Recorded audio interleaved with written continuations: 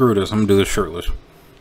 Welcome back to Underrated Movies. I'm your guy, I'm your man, Mr. Alton Henry. Today I'm gonna talk to you about another film that I remember seeing, I think maybe just twice. Once in theaters and then one other time, I think on TV.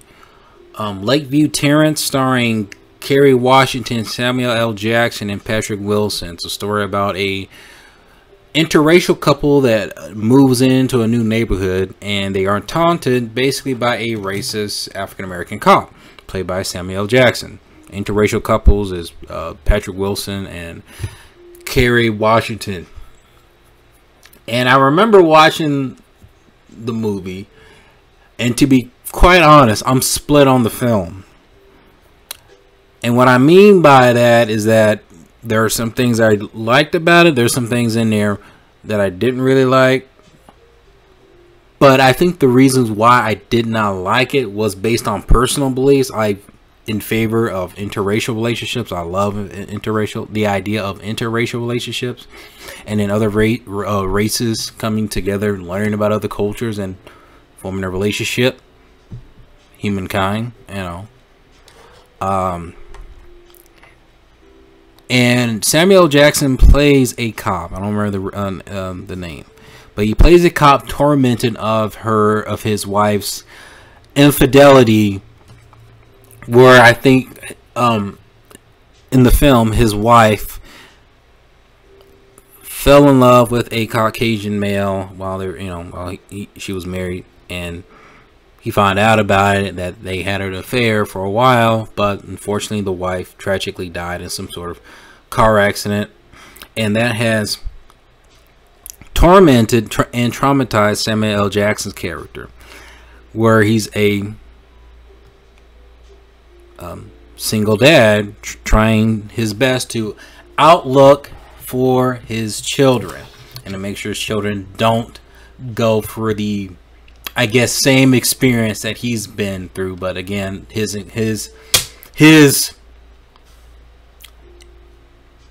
experience has caused him to really be hateful of the idea of interracial relationships. When Patrick Wilson and Kerry Washington comes in, they just move in and things start to get a little friendly, but every time around, Samuel Jackson would be around the couple. He would basically straight up tell him, well, in other ways, but basically he's straight up saying, I don't want you in this neighborhood. So when Patrick Wilson kind of catches on with that, Kerry Washington tries her best to kind of ignore the situation, but there are scenarios where things start to intensify, where Samuel Jackson really does some activities to try to get them out of the neighborhood. And this is a thriller. It's no comedy. It's a thriller. A dark thriller. It's a PG-13 when I remember.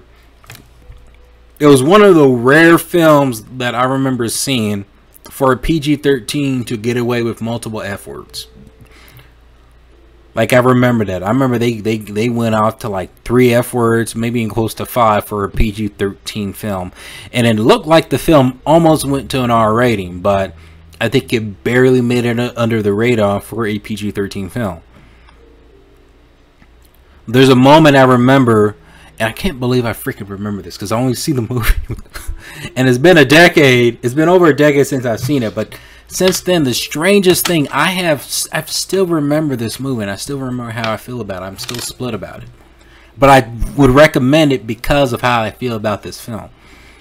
That there's a scene where Samuel Jackson and Patrick Wilson are having discussions in the bar, and they're trying to make their friendship work, or trying to have some sort of respectable boundary to where they can't cross, and Samuel Jackson is not hearing it, where he's basically saying, yeah, I don't like what I'm seeing. I am traumatized with what I'm seeing, so I'm going to tell you, get the hell out of our neighborhood, my neighborhood.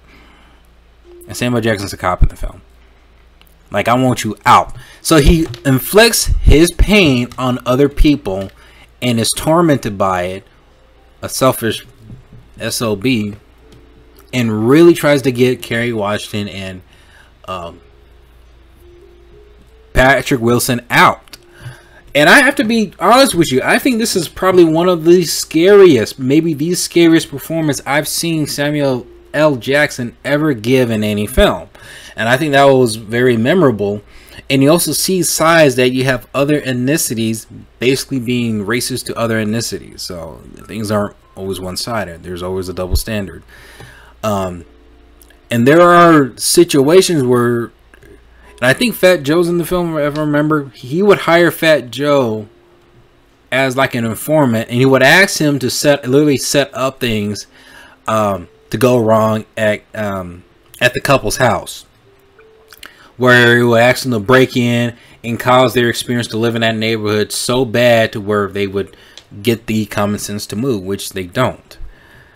And there's a moment where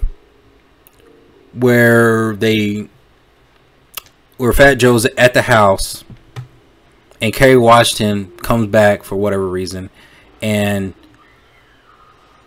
she sees Fat Joe, rushes in over back at the party to kind of tell, that there's somebody perpetrating her house. Samuel L. Jackson quickly goes over there, knowing that,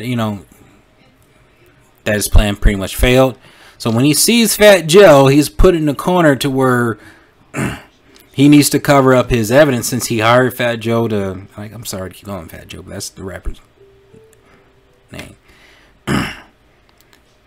When he hires Fat Joe to basically destroy their house, and when he sees him, he basically shoots him dead in the film. Now this film, again, it makes you uncomfortable. This was a very intense film. This was a thriller, and it was one of the rare thrillers to where I think it could really get you under your skin, because you just never know what you're gonna just who's around your neighborhood. You just never know. And I remember when the film ended. The film it ends justifiable. Samuel Jackson gets taken down. And I do recommend checking this out. You do see that there is a brighter future. And then there's something I remember. There's something about in the film where they have this extra part of the story where there's this fire. There's this big fire that's happening around like the mountains of. The movie takes place somewhere in California, where there's these fires that are really happening. Like from the beginning of the film, they take place very far, but towards the end of the film, it comes close to the house. And I remember, I know they have some sort of deeper meaning behind it. I don't know too much, and actually I haven't really bothered to research into that. But I just remember the film left a very polarizing feeling in me. And I'm gonna tell you straight up, when you learn more about Samuel L. Jackson's character, you hate him. Okay, he's the kind of, he's a racist character. He's the kind of character you basically hate. He's a victim of blaming people of his own issues. But everybody else in this performance was awesome. Even Samuel L. Jackson, Patrick Wilson, everybody in this movie was great. An intense thriller, and I could see why the film didn't. I mean, it made his budget, but it wasn't a successful film, because the movie, talks about racism. But I think it was dealing with the concept of what you're normally seeing, but they switched it out by having an African American man being a racist to a interracial couple, which was a unique take. And I watched it with my mom. I don't remember my mom liked it, but I knew I was split on it. I'm still split on it till this day. I might have to revisit it someday, but for 14 years till this day, I'm still thinking about that film. And there are parts where I do remember clear as day, or at least the context of it, that the movie did bother me. It did bother me, but I think it is something you might want to revisit. And I think the movie is a lesson of that anybody, doesn't matter your skin tone, can be racist. LakeView Terrace, have you seen it? Comment below, let me know if you have, and let me know what is your favorite underrated movie.